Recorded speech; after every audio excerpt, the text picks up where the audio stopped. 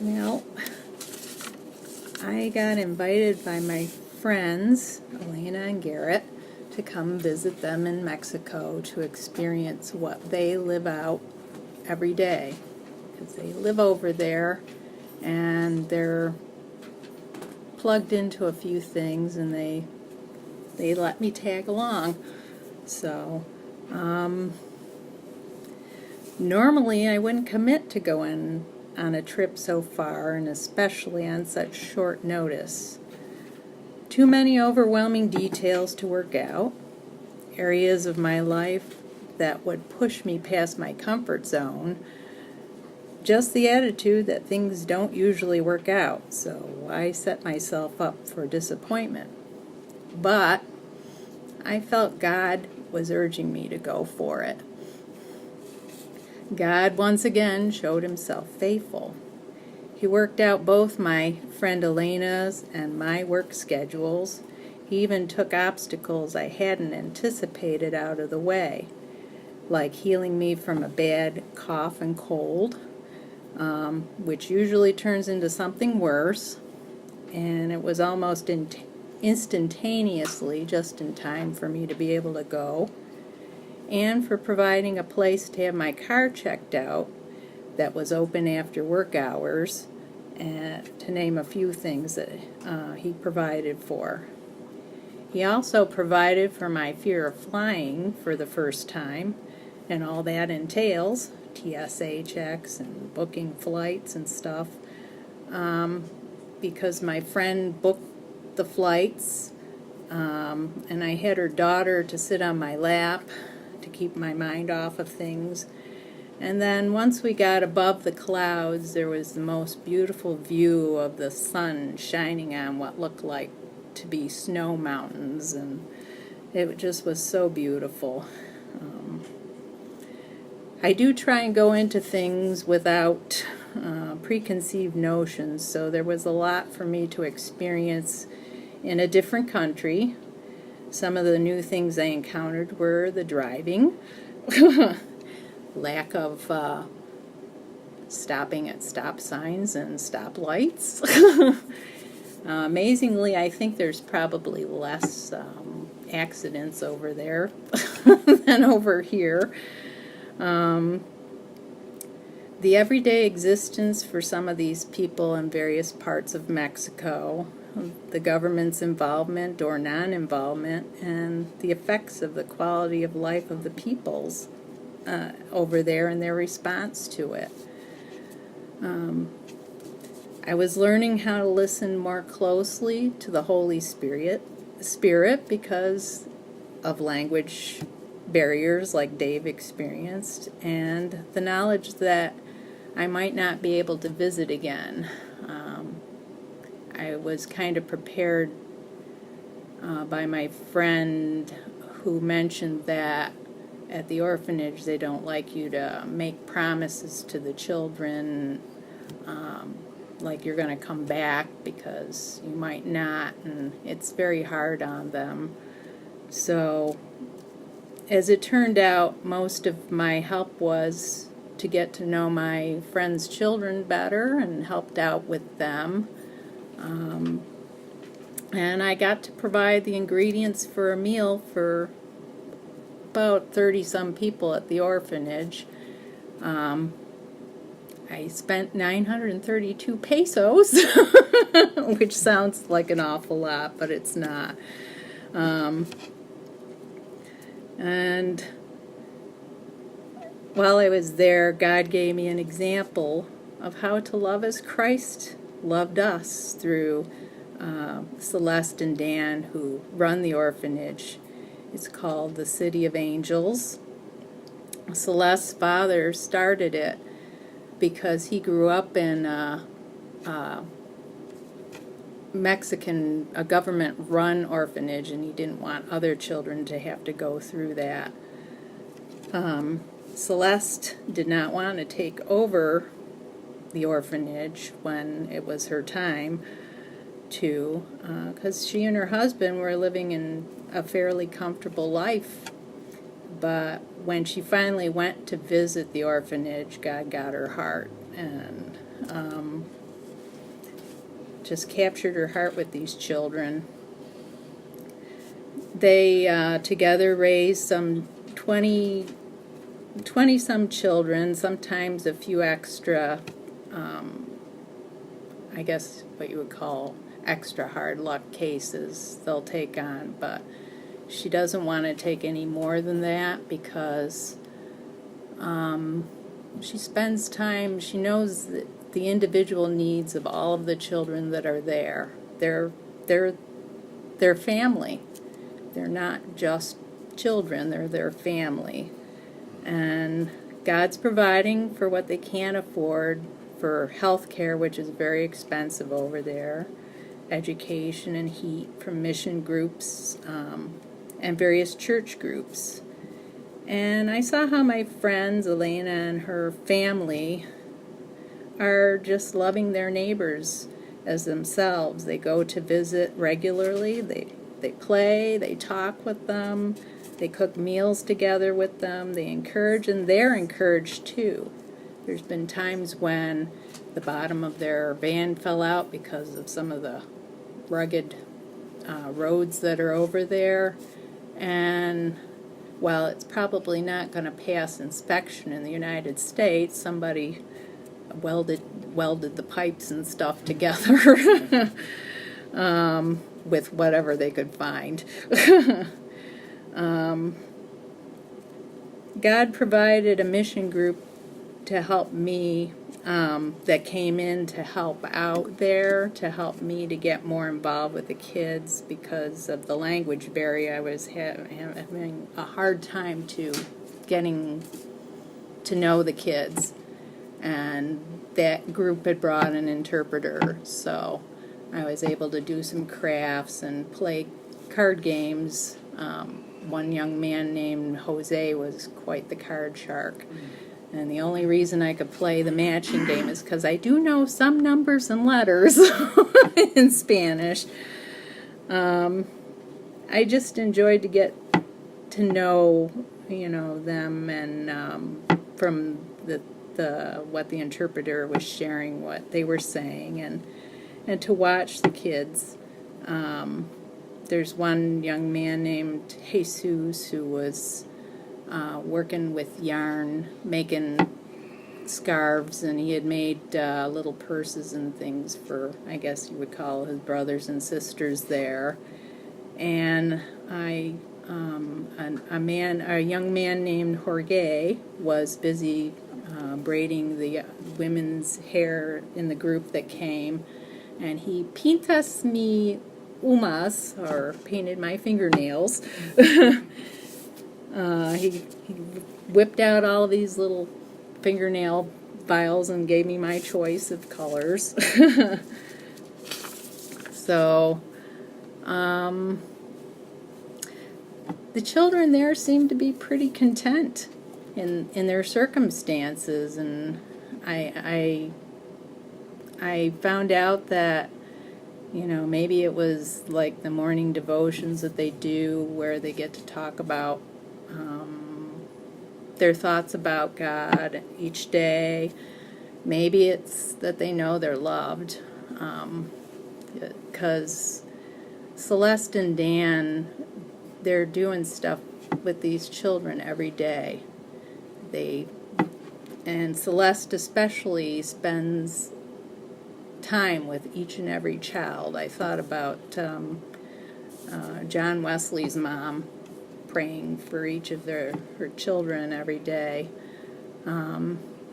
Maybe it was the make it work attitude that I saw, where everyone was involved in getting the meals on the table, and that included using knives that I'm afraid to touch because I was moving it away from one of the children. Celeste says, "Oh, they use those all the time. Don't worry about it." I was like, okay. Also, her 2-year-old daughter was mopping the floor after she dropped some of the things she was cutting up for the meal. And they just all have their jobs there. They know how to take care of themselves, their belongings. They relate to one another well. They seem just very very happy. And Celeste also has this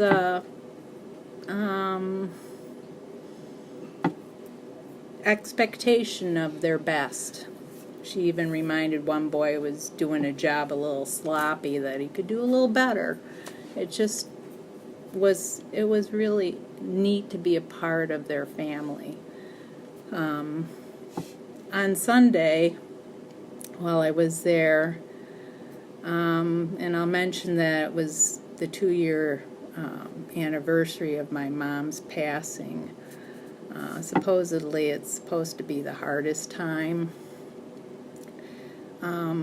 but I felt like God really blessed me to be there, because she said one day you'll be able to finally go on a missions trip. And but we went to Iglesia de Todos las Personas, which is the All People's Church in Las Playas, Mexico. And we worshiped in both Spanish and English, and we prayed for specific people's groups. And there was an interpreter there in Las Playas, because it's like an Americanized part of Mexico for Americans or those who speak English who come to Mexico with some family member who's been deported.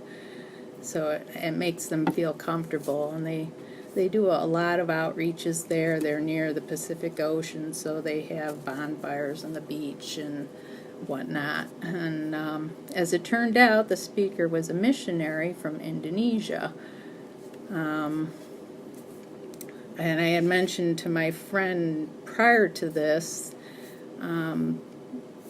I used to have to listen to talk radio all the time, and when the Indonesia tsunami hit, they just kept going over it and over it, and I told her how I didn't like hearing it so often, because it was making me feel calloused to all the suffering that was going on over there.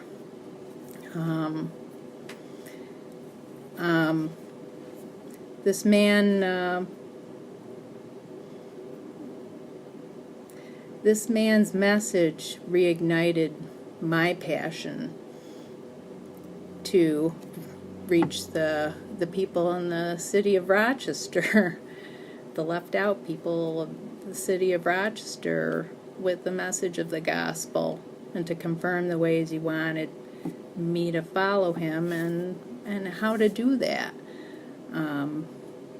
It wasn't that this man wasn't passionate about reaching Indonesia with the gospel or starting a church that he called Church for the Troubled People, primarily the youth, but the Lord widened his vision after seeing how many people who died in the tsunami may have gone to a Christless eternity.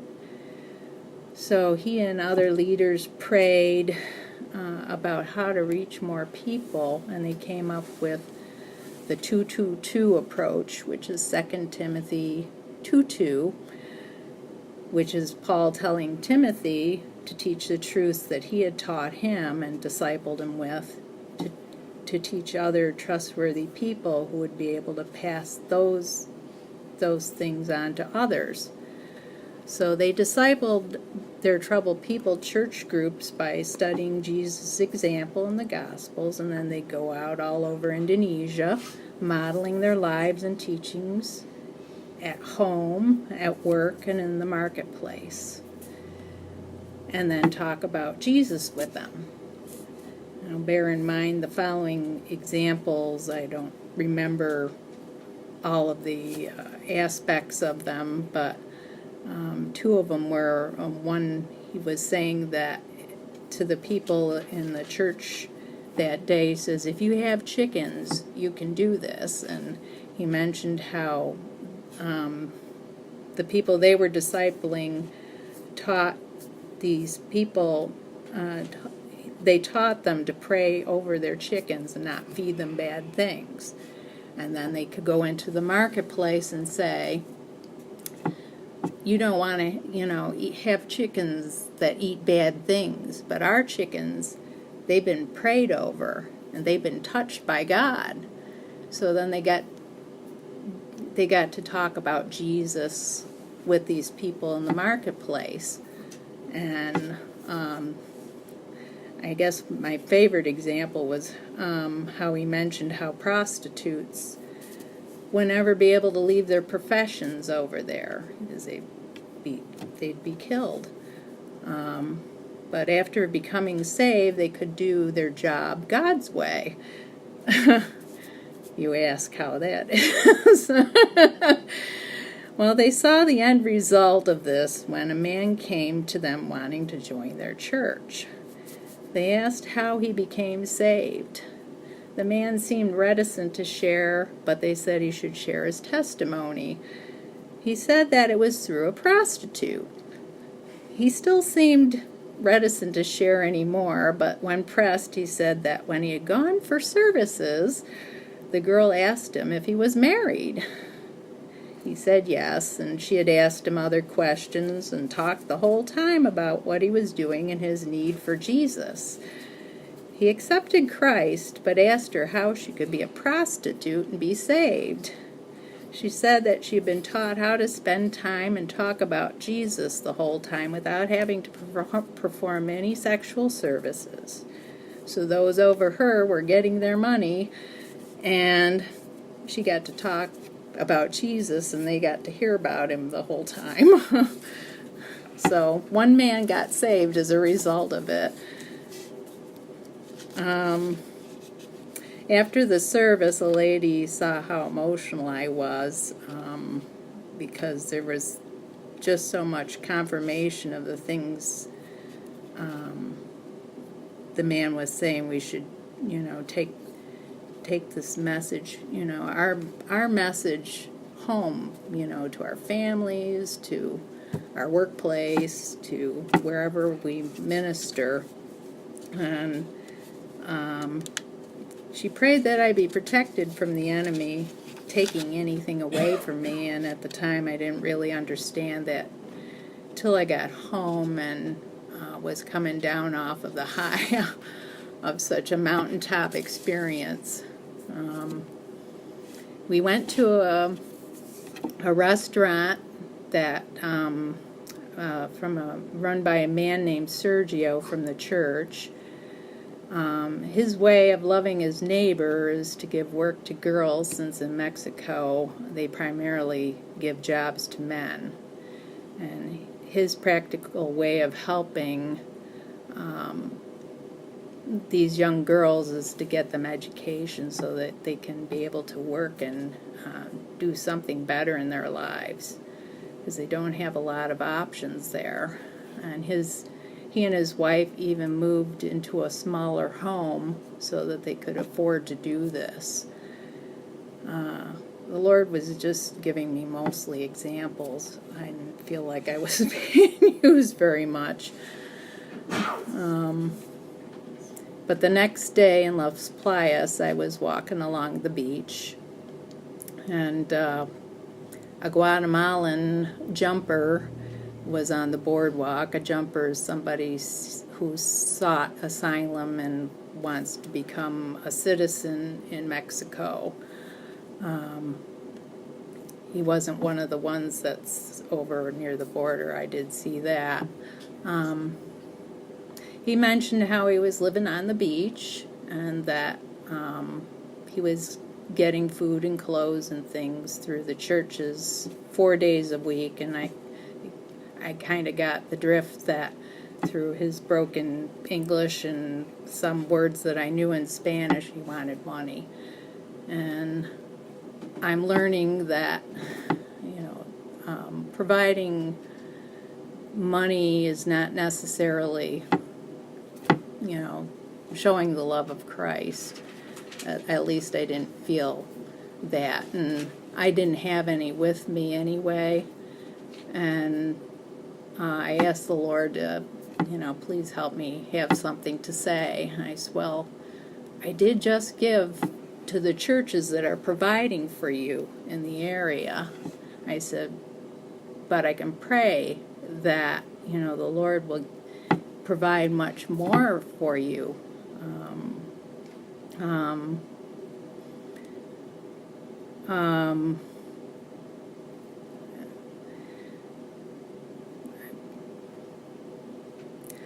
I'd really like to say it the way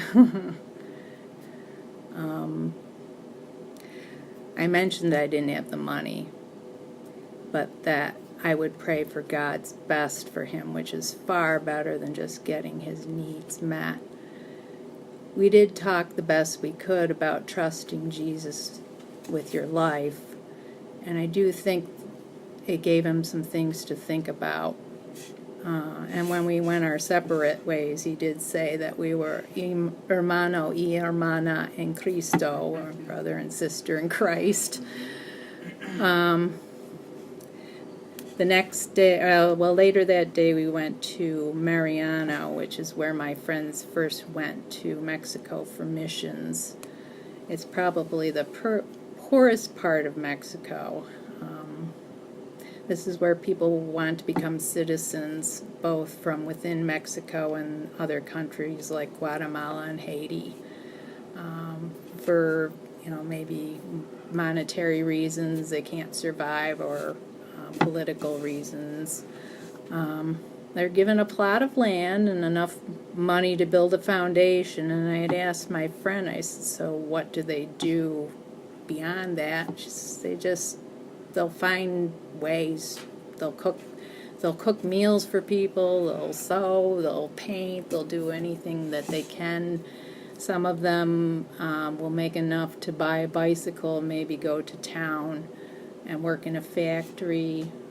They scrounge up things to sell at what they call sobre rentas, which are like a flea markets, like we see at our farmers market.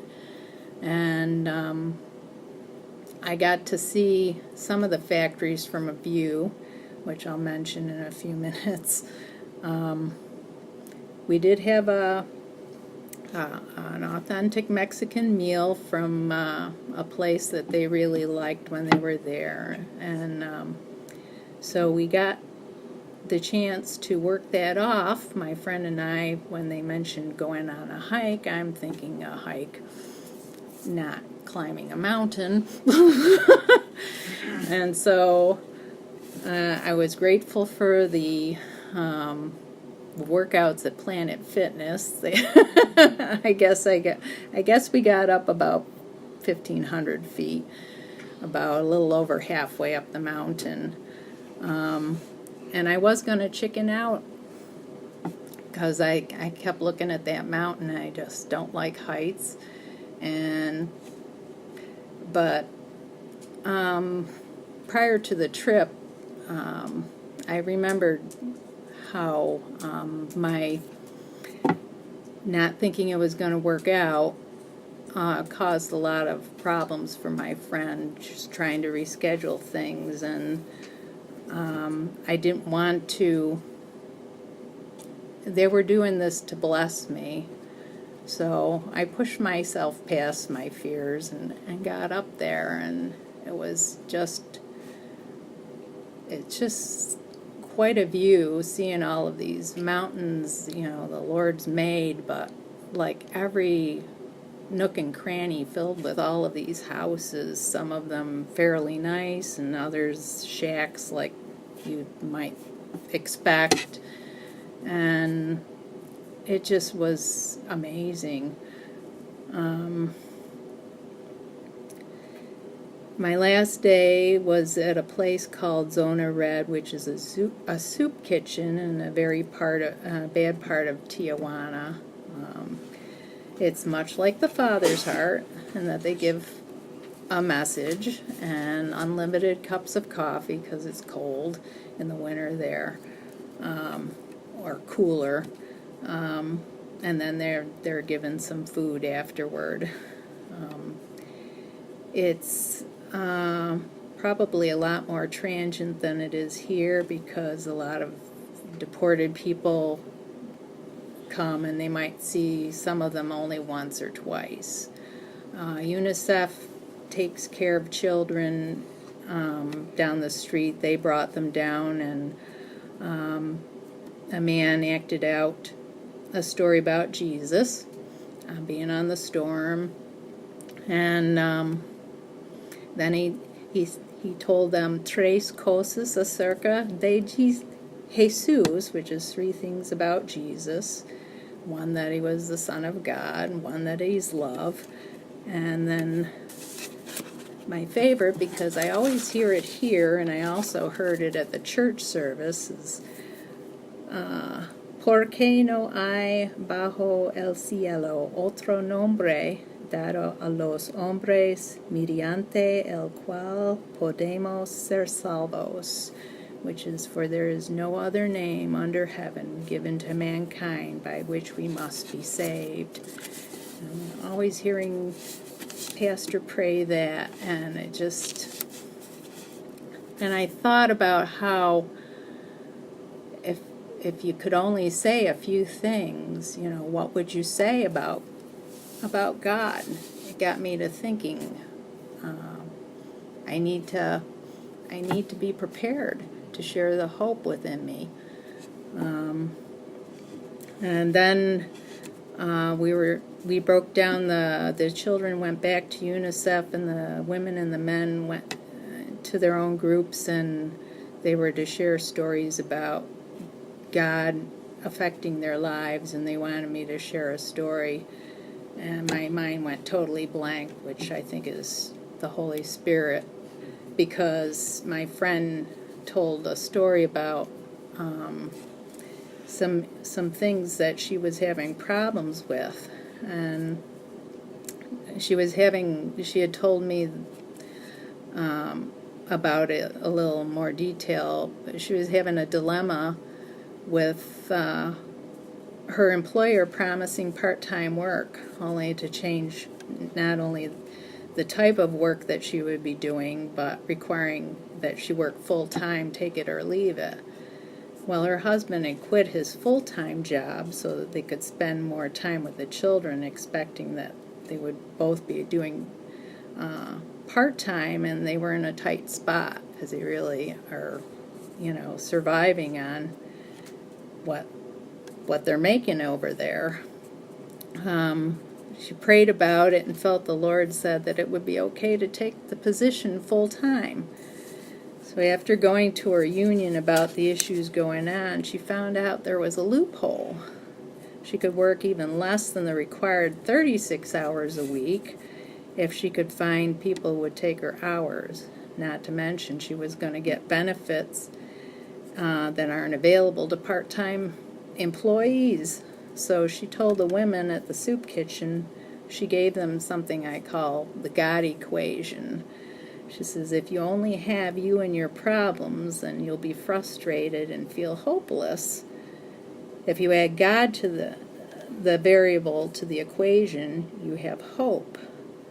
A couple of ladies shared stories and situations that would break your heart. My heart was already emotional from some of the stories that I had heard earlier, and also some of the ones at the orphanage. Elena, my friend, said that their stories broke her heart, and she said that she wished she could do something for them, but she couldn't. And then she added that they in their situation would equal sadness and hopelessness. But if they added trusting God, there would be hope. And I added the verse, with man things are impossible, but with God all things are possible, which they were all, yeah. So my friend asked me what my favorite part of the trip was at that point, and I mentioned some things, and she asked what I would do if I came back. My answer had been before I had been to Zona Red, and then the last visit to the City of Angels, which was emotional because I could say I was coming back earlier on in the week, but I couldn't say that to some of the boys. Like Dave was saying, you get close to some of the kids and you have your favorites. And my experience wasn't finished yet, because my connecting flight was canceled to Buffalo, and I was struck with terror, because it's like, I don't know how to book flights. I don't know what to do. I was heading out the door following other people who were stuck, and it's like, what am I doing? I don't have a place to go. So the Lord turned me back around and had me ask one of the people who was at the boarding gate, and he got me a coupon for an inexpensive hotel, and also printed out, he booked me another flight and printed it out, thank goodness, because it had the phone number to call the airline, to rebook. And it's like, and he wasn't supposed to do that. And the coupon, it turned out, wasn't valid, but the lady said, well, I'll give you the online price anyway. So I got that for a few days, because I ended up staying a lot longer than just the one extra night. And was good because I needed rest. The first day going, I was up more than 24 hours. And I did need clean clothes, too. I got to talk about God with some of the shuttle drivers that took me to some of the various places. And one of them wanted to go back to the Philippines because he was done raising his kids. And I mentioned that my pastor and his wife were missionaries there. And he said he was familiar with missionaries being there. We didn't get to talk much more about that, but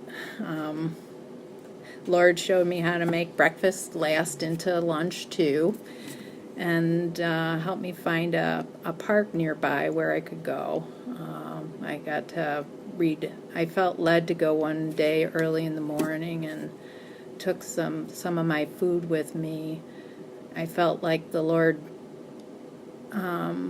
showed me that there might be somebody there who needed the food. As it turned out, there was a homeless vet there. And I had gone and done my devotionals, and I was walking around, and this man said, I'm just looking in the garbage for food for the ducks. And I'm thinking, Karen. I walked around the thing. I said, Karen, he's not looking for food for the ducks. So I went back and I said, I don't have any food for the ducks, but maybe you need some. And we got talking and about the Lord. And he happened to be reading the Bible on his phone. And we talked about his need for Jesus, and he showed me a tract that somebody had already given him. And he says, well, I just can't seem to get past things here. And so we talked some more, and he tried giving me the tract to hand out to some other people that I might meet. And by the end of it, I said, no, I think the Lord wants you to take that tract and give it to somebody and share the hope that you have. He did mention having accepted Christ, but he just seemed stuck. So I prayed with him, and then, and I did get to mention he was talking about being left out. God, feeling alone and abandoned, and sometimes angry. And I said, well, David felt the same way. If you want something to read in the Psalms, there's a lot of times when he talks, to God, just like what you're saying. And we had a really good talk. So I'm just praying that the Lord provides somebody in a church somewhere close by for him to go to.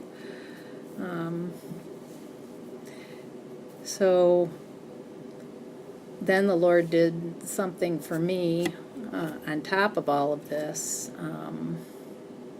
I had prayed years ago when I was a single parent, when I overheard two people complaining about having to go to see the Grand Canyon, something I've been wanting to do for a long time. When I called into work, my boss mentioned, he says, don't be flying over the Grand Canyon in a helicopter or anything. And my friend texted me later and she says, go for it, you've been wanting to go to see Grand Canyon. So I got to see the Grand Canyon in a helicopter. I was like, I kept thinking, well, should I or shouldn't I? But, you know, I've been meaning to drive all the way out there. And I don't know if I'll ever get back out west. And after having flown, I don't know that I want to drive. But we were in part of the trip. The pilot says, there's an overlook. It would have taken you, I don't know how many hours to get there, and then from where you park, it would take you quite a long time, and that's all you see. And then we flew past it and saw all of these wonderful things. It's like, and we landed in a spot. They had picnic tables, and they had something for us to drink and croissants, so you're not the only one who had French meals. And we're overlooking the Colorado River, and it just was so beautiful. But the one thing that touched my heart, mentioning the grieving thing again, my mom and I both had in common that we love birds. And she especially loved little birds. And what's hopping along the ground but this little tiny bird that I got a picture of, and I thought, okay, Mom, you know. So I guess my favorite part was that God used an amazing experience to touch my heart with the fact that his eye was on this sparrow to show me that I could trust him to provide all my needs with job changes, decrease in pay, that he'd prepare and enable me to be able to follow him wherever he leads, that he would lead me to he showed me how to love my neighbor as myself, and that he wouldn't lead me, his will would not lead me where his grace would not protect me. And he also gave me the God equation, that us and problems, fears, hard times, illness, our relationships, grieving, damaged emotions, things that are overwhelming, our feelings, fulfillment, dreams, you name it, whatever it is for you. And trusting in God through a relationship in Jesus Christ equals hope and so much more. If we take our focus off these walls of impossibilities, which I did have my arm through the hall, like Paul and Silas did when we were in prison, we too can rest in God and worship and praise him with our lives. As to the first thing I'd do if I ever went back, climb all the way to the top of the mountain.